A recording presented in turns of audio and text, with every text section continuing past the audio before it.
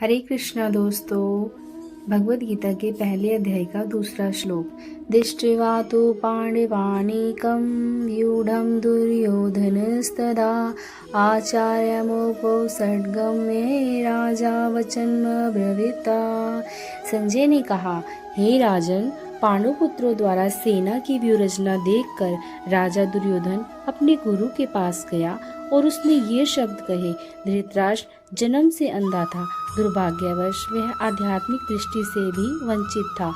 वह यह भी जानता था कि उसी के समान उसके पुत्र भी धर्म के मामले में अंधे हैं और उसे विश्वास था कि वे पांडवों के साथ कभी भी समझौता नहीं कर पाएंगे, क्योंकि पांचों पांडवों जन्म से ही पवित्र थे। फिर भी उसे तीर्थस्थान के प्रभाव के विषय में संदेह था।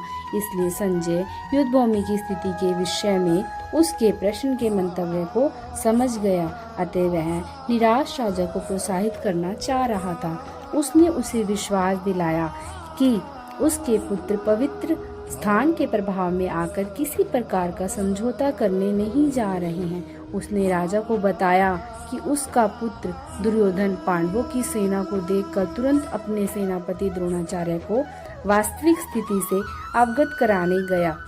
यद्यपि दुर्योधन को राजा कहकर संबोधित किया गया, तो भी स्थिति की गंभीरता के कारण उसे सेनापति के पास जाना पड़ा। और दुर्योधन राजनीतिज्ञ बनने के लिए सर्वथा उपयुक्त था, किंतु जब उसने पांडवों की व्यूहरचना देखी तो उसका यह कूटनीतिक व्यवहार उसके भय से छिपा ना पाया। हरे कृष्णा।